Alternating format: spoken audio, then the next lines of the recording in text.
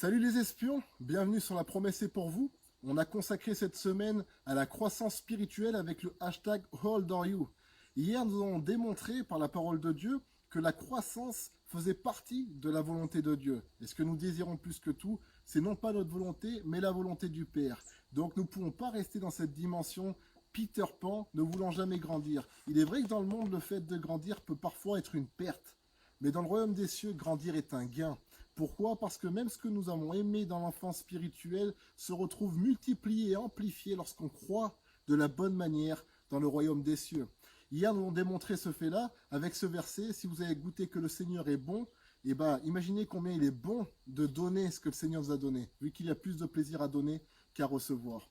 Aujourd'hui, j'aimerais continuer ce passage et entamer cette partie des outils que Dieu nous a donnés pour croître. Vous comprendrez bien que le premier thème que nous allons aborder, c'est la parole de Dieu, parce que Dieu nous a donné sa parole pour cela.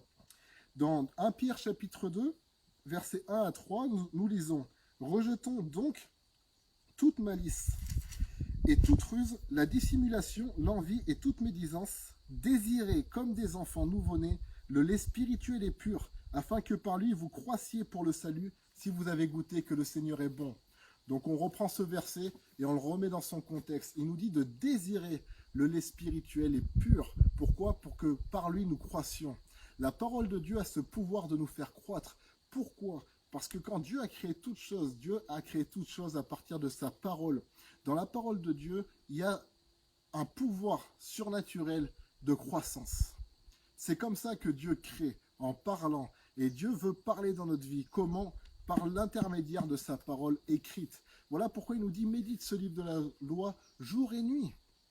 Le vrai sens de méditer, c'est murmure-le, rumine-le, mange-le.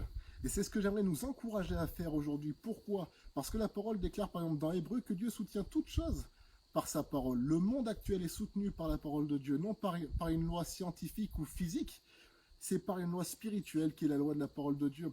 L'apôtre Paul nous dit dans Romains que Dieu appelle et la chose existe. Il appelle à l'existence ce qui avant n'existait pas. Sa parole a ce pouvoir créateur, mais elle a ce pouvoir de maintenir et elle a ce pouvoir de faire grandir.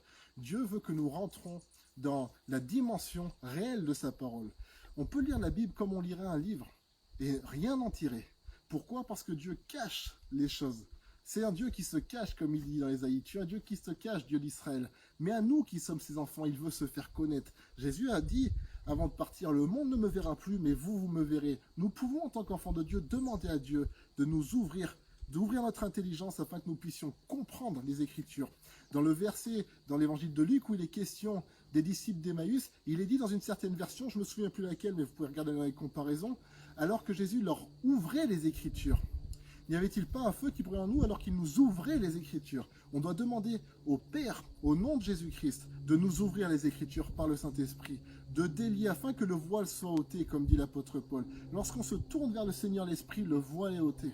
On doit demander que ce voile qui a au-delà des mots soit ôté afin que nous puissions tirer pleinement ce qu'il y a dans la parole de Dieu. Cette parole a le pouvoir de te faire croître spirituellement. Cette parole, c'est de cette parole que tu es appelé à la connaître, à la méditer, à grandir dedans. Que tu entendes la voix de Dieu audiblement te dire « je t'appelle ». Ça, c'est sa parole aussi qui a été notée. C'est la parole de Dieu, elle t'appelle. Tu dois grandir devant cette parole, tu dois même grandir par cette parole. De même qu'on voit les arbres derrière moi, vu qu'il y a eu un petit éboulement de terrain, on voit les racines qui sont plongées dans cette source d'eau. Et les arbres sont grands, très grands, et nous font de l'ombre en cette journée ensoleillée. On peut se reposer vers ces arbres. Pourquoi? Parce qu'ils sont enracinés dans la source d'eau, dans une source de vie. Ils ne sont pas laissés enraciner n'importe où, ils ne sont pas laissés enraciner, pardonnez-moi, dans du pétrole.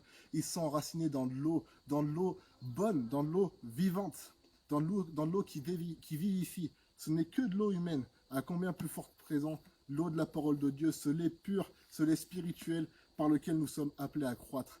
Soyez bénis et n'oubliez pas, cette promesse est pour vous, pour vos enfants, pour tous ceux qui sont au loin, en un si grand nombre que le Seigneur notre Dieu les appellera. Ne loupez pas la promesse qui vous concerne. Croissez par la parole de Dieu. À demain, soyez bénis.